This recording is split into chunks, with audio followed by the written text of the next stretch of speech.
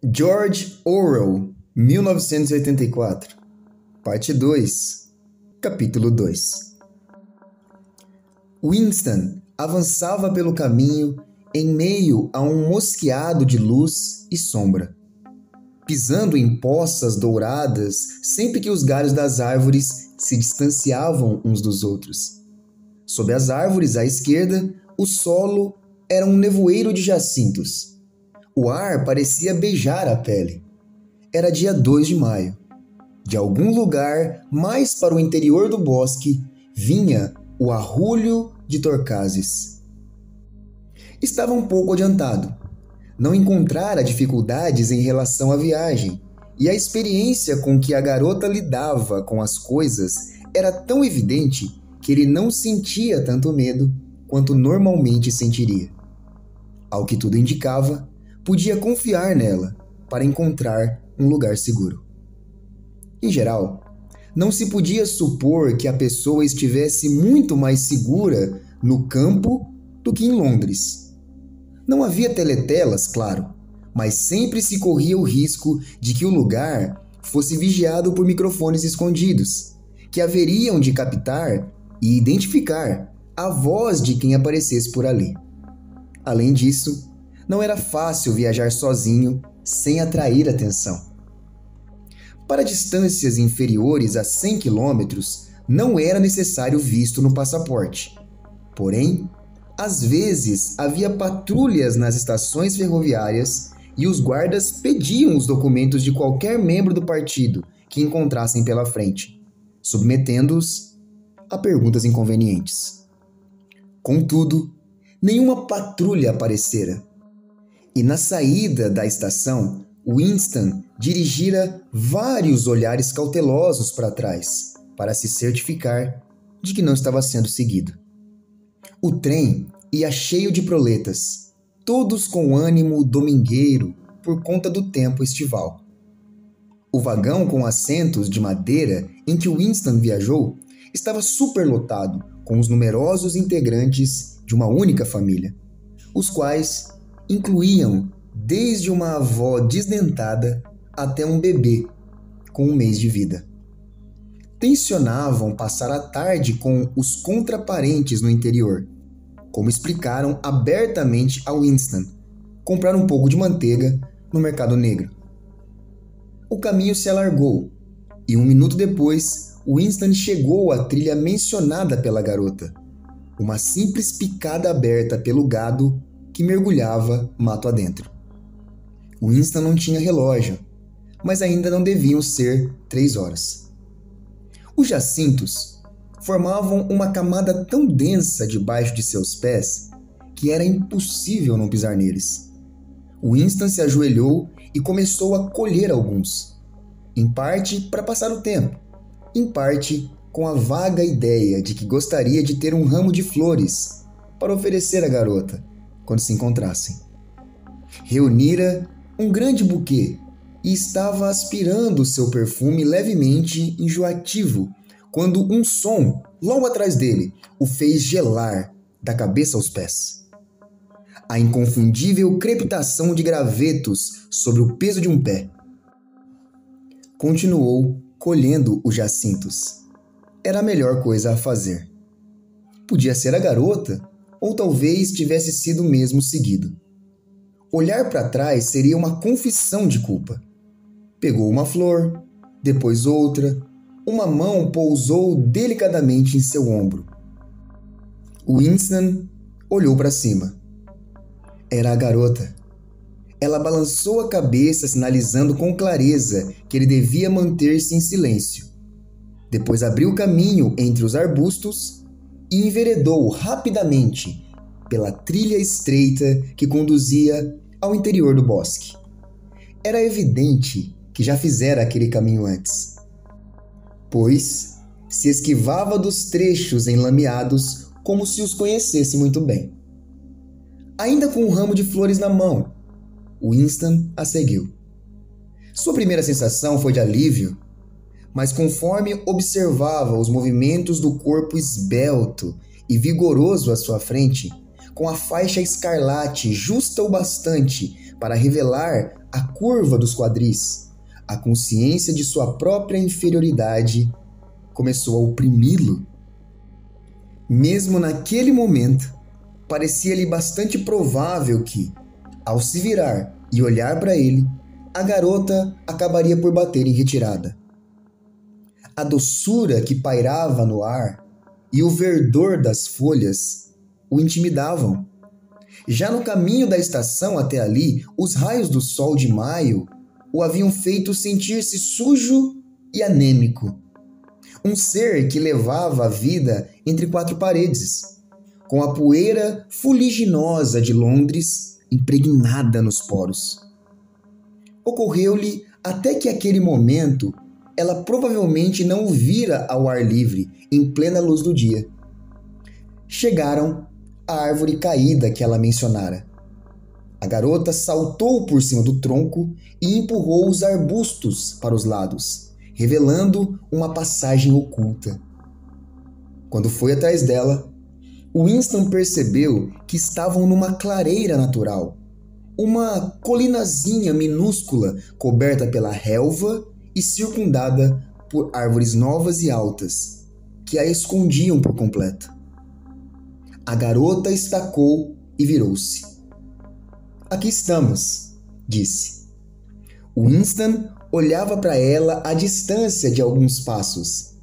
Não ousava aproximar-se. "Eu não queria falar nada no caminho", continuou ela, "porque podia haver algum microfone escondido. Há sempre risco de um daqueles pulhas reconhecerem a voz da gente. Aqui é seguro." Ele continuava sem coragem de se aproximar dela. "Aqui é seguro?" repetiu estupidamente. "É sim. Veja as árvores."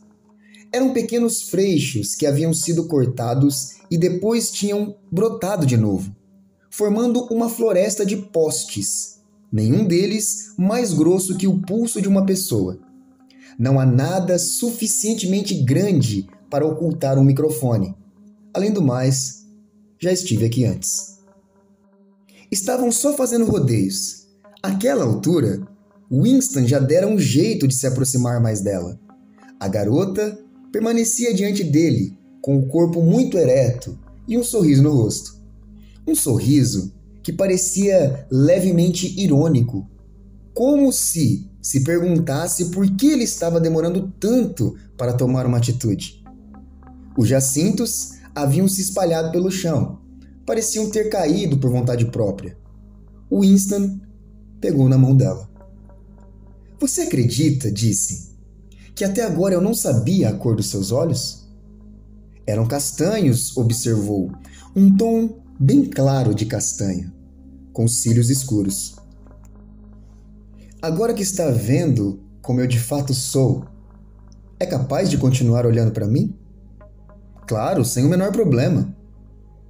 "Tenho 39 anos, tenho uma mulher da qual não consigo me livrar, tenho varizes, tenho 5 dentes postiços." "Não me importo nem um pouco", disse a garota. No momento seguinte, não se sabia por obra de quem, ela estava nos braços dele. No início, Winston não sentiu nada, só a mais rematada incredulidade. O corpo jovem se estreitou contra o seu. A cabeleira preta colava-se à sua face, e sim, ela realmente havia soerguido o rosto e ele estava beijando aquela boca generosa e vermelha. Com os braços em volta do pescoço dele, ela o chamava de meu querido, meu amor, meu adorado. Winston a fizera se deitar no chão. A garota não oferecia a menor resistência. Ele podia fazer o que quisesse com ela. A verdade, porém, era que ele não experimentava nenhuma outra sensação física além daquele simples contato. Tudo o que sentia era incredulidade e orgulho. Estava contente por aquilo estar acontecendo, mas não sentia desejo físico. Tudo fora muito rápido. A juventude e a beleza dela o amedrontavam.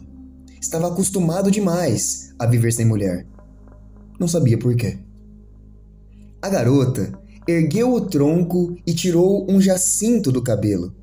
Sentou-se encostada nele, cingindo-lhe a cintura com o braço. Não se aflija, querido. Não há pressa nenhuma. Temos a tarde inteira. Não é maravilhoso esse esconderijo? Descobri-o uma vez em que me perdi durante uma caminhada comunitária. Se alguém vier nesta direção, a gente escuta a centenas de metros de distância. Como é o seu nome? Perguntou Winston. Julia. O seu eu sei. Você se chama Winston. Winston Smith. Como descobriu? Acho que sou melhor que você para descobrir as coisas, amor. Me conte, qual era a sua opinião sobre mim antes do dia em que lhe entreguei o bilhete? Winston não se sentia nem um pouco inclinado a mentir para ela. Começar revelando o pior era uma espécie de oferenda amorosa. Eu sentia ódio só de olhar para você, disse. Queria estuprá-la e depois matá-la. 2 semanas atrás, pensei seriamente em arrebentar a sua cabeça com um paralelepípedo. Se quer mesmo saber, eu achava que você tinha alguma ligação com a polícia das ideias. A garota riu com gosto, claramente tomando as palavras de Winston como um elogio à excelência de seu disfarce. A polícia das ideias? Não me diga que pensou mesmo isso. Bom, talvez não exatamente isso, mas com esse seu jeito, você é tão jovem, tão forte, tão saudável, entende? Pensei que talvez... Pensou que eu me dedicava de corpo e alma ao partido. Uma garota de palavras e gestos puros, faixas, desfiles, slogans, jogos, caminhadas comunitárias, aquela coisa toda.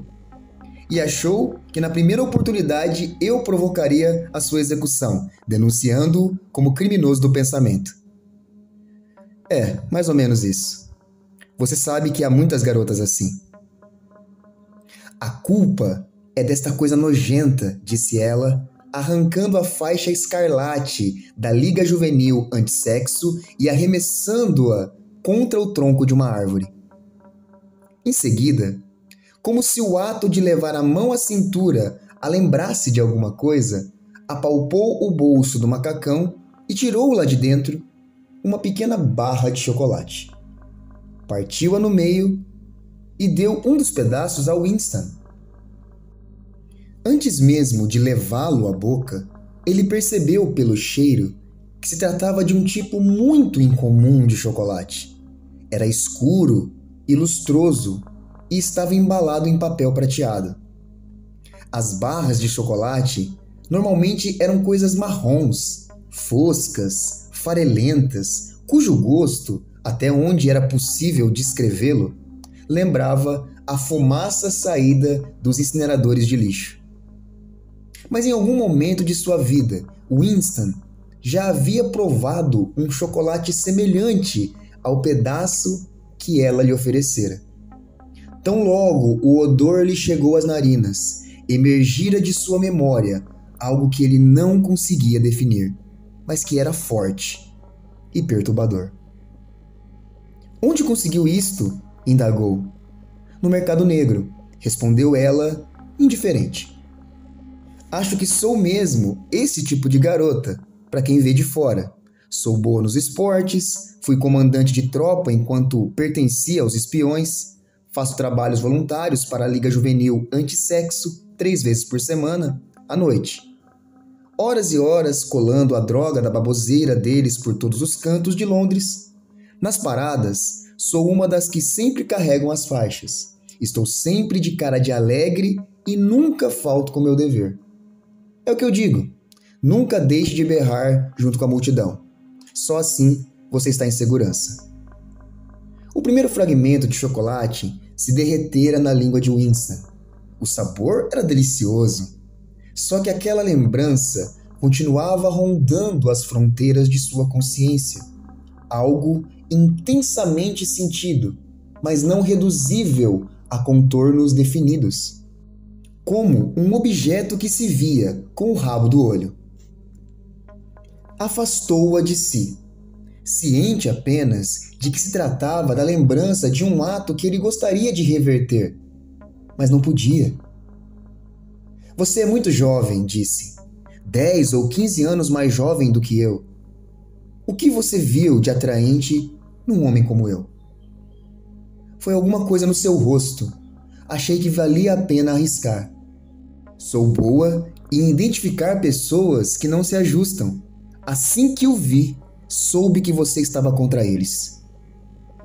Eles parecia ser uma referência ao partido e principalmente ao núcleo do partido, sobre o qual ela falava com um ódio tão franco e sarcástico que Winston se sentia inquieto, mesmo sabendo que, se havia um lugar em que os dois sabiam estar seguros, esse lugar era ali.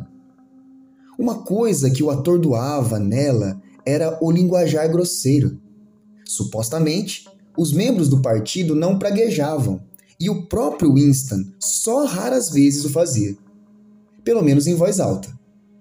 Júlia, porém, parecia incapaz de falar do partido e, sobretudo, do núcleo do partido, sem usar palavras como as que costumavam ser rabiscadas a giz nas paredes manchadas de umidade dos becos.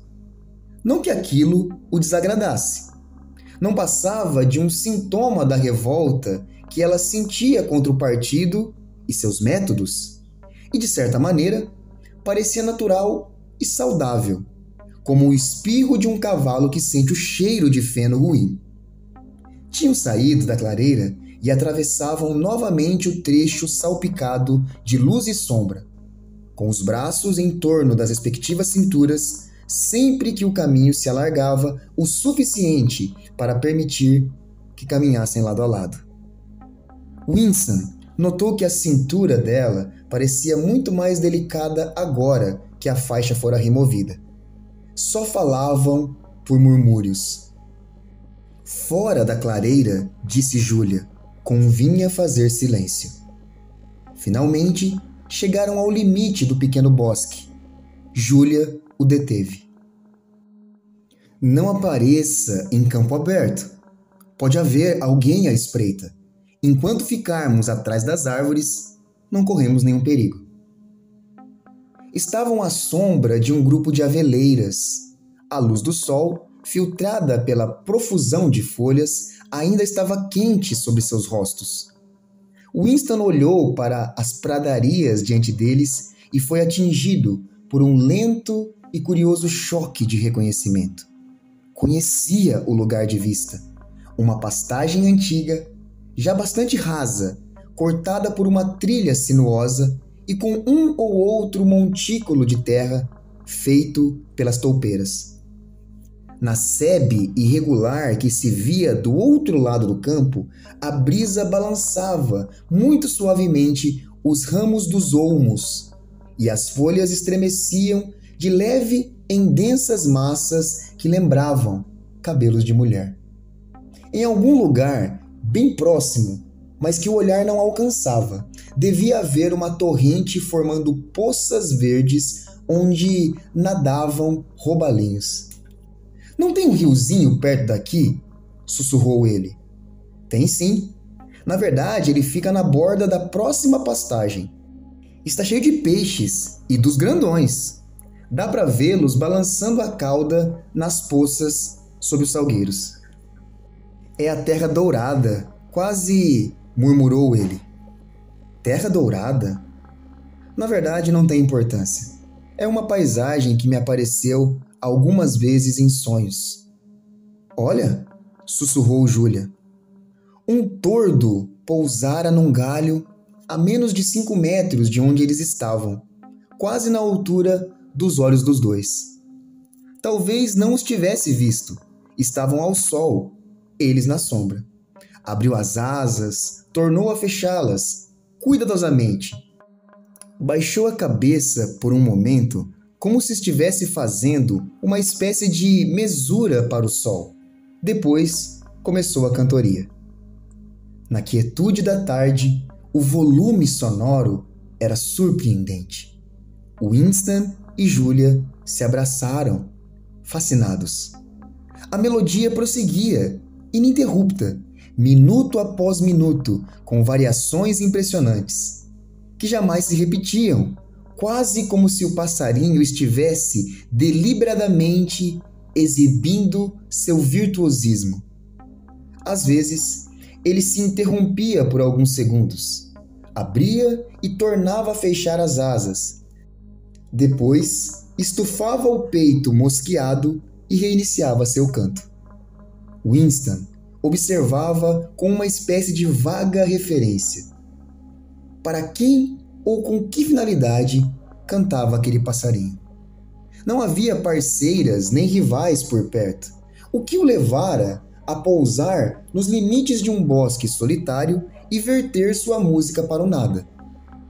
Perguntou a si mesmo se era verdade que não havia um microfone escondido por ali. A conversa entre ele e Julia transcorrera toda em voz baixa, e o aparelho não teria sido capaz de captar suas palavras, mas captaria o canto do tordo. Era bem possível que, na outra ponta do instrumento, um homenzinho com aspecto de besouro estivesse escutando atentamente, escutando aquilo. Todavia, a enxurrada melódica foi aos poucos expulsando de sua mente todo esse tipo de conjectura. Era como algo líquido sendo despejado sobre seu ser, inundando-o por inteiro. Algo que se misturava com a luz do sol filtrada pela folhagem. Winston já não pensava. Era pura sensação. A cintura da garota, cingida pela curva de seu braço, era macia e cálida. Puxou-a para si, e os dois ficaram frente a frente, com os peitos encostados, e o corpo dela pareceu fundir-se ao dele. Por onde quer que ele passasse as mãos, parecia-lhe que ela se abria como água. Suas bocas se colaram uma à outra. Foi bem diferente dos beijos sôfregos que haviam trocado antes. Quando seus rostos se afastaram de novo, ambos soltaram suspiros profundos. O passarinho se assustou e alçou o voo, num intrépido de asas. Winston encostou os lábios no ouvido de Julia. "Agora?" sussurrou ele. "Aqui não", sussurrou ela em resposta. "Vamos voltar para o esconderijo, é mais seguro." Depressa, pisando num ou noutro graveto, refizeram o caminho que levava à clareira. Assim que se viram no interior do círculo de árvores novas, Julia se virou e o encarou. Estavam ambos ofegantes, mas o sorriso voltara aos cantos de seus lábios. Ela o fitou por alguns instantes, depois buscou o zíper do macacão. E então, sim, foi quase como no sonho de Winston, com uma destreza semelhante à que ele imaginara. Julia arrancou as roupas e, ao atirá-las para o lado, fez isso com o gesto grandioso que parece aniquilar toda uma cultura. Seu corpo cintilava muito branco ao sol, mas por um instante ele não olhou para o corpo dela. Tinha os olhos ancorados no rosto sardento de sorriso tênue e atrevido. Ajoelhou-se diante dela e segurou suas mãos. "Já fez isso antes?" "Claro que sim, centenas de vezes. Bom, um monte de vezes." "Com membros do partido?"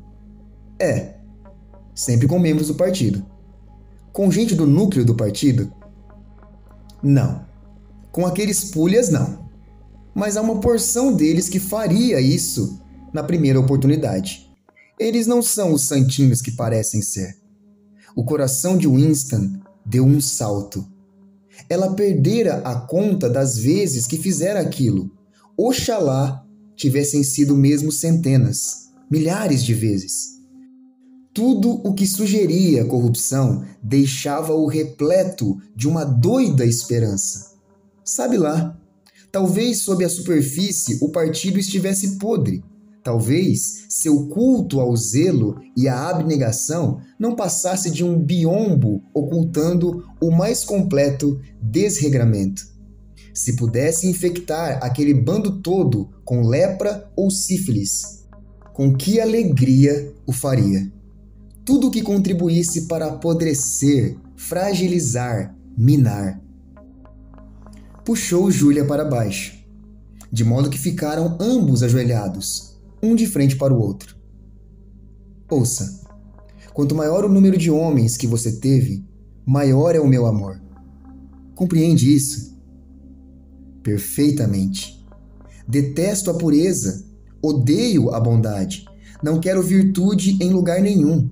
Quero que todo mundo seja devasso até os ossos. Bom, eu acho que você vai gostar de mim, querido. Sou devassa até os ossos. Você gosta de fazer isso? Não me refiro apenas a estar comigo, falo da coisa em si. Adoro. Acima de tudo, era o que Winston queria ouvir. Não apenas o amor por uma pessoa, mas o instinto animal, o desejo simples e indiferenciado. Essa era a força capaz de estraçalhar o partido. Deitou-a sobre a relva, entre os jacintos caídos. Dessa vez, não houve nenhuma dificuldade. Pouco depois, o movimento ascendente e descendente dos peitos dos dois se regularizou e, numa espécie de abandono prazeroso, separaram-se. O sol parecia ter ficado mais quente. Estavam ambos sonolentos. Winston estendeu o braço para apanhar os dois macacões jogados no chão e usou-os para cobrir parcialmente o corpo de Júlia. Pegaram no sono quase de imediato e dormiram por cerca de meia hora. Winston foi o primeiro a acordar. Sentou-se e fitou o rosto sardento de Júlia, ainda serenamente adormecido, apoiado na palma da mão dela. Salvo pela boca, não se podia dizer que fosse bonita. Olhando de perto, viam-se uma ou duas rugas em torno de seus olhos. O cabelo preto e curto era extraordinariamente denso e macio. Ocorreu-lhe que ainda não sabia o sobrenome dela, nem onde morava. O corpo jovem, robusto, agora desamparadamente adormecido, despertou nele um sentimento compassivo, protetor. Porém, a ternura impensada que o tomara enquanto o tordo cantava não voltara por completo. Puxou os macacões para um lado e estudou o dorso branco e macio de Júlia. Antigamente, pensou, um homem olhava para o corpo de uma garota, via que ele era desejável e a coisa ficava por aí. Hoje, porém, não havia como sentir um puro amor ou um puro desejo. Nenhuma emoção era pura, pois tudo estava misturado ao medo e ao ódio. A união dos dois fora uma batalha. O gozo, uma vitória. Era um golpe assentado contra o partido. Um ato político. Se você gostou dessa narração, curte o vídeo aqui embaixo, se inscreva e ative as notificações para receber mais conteúdo como esse.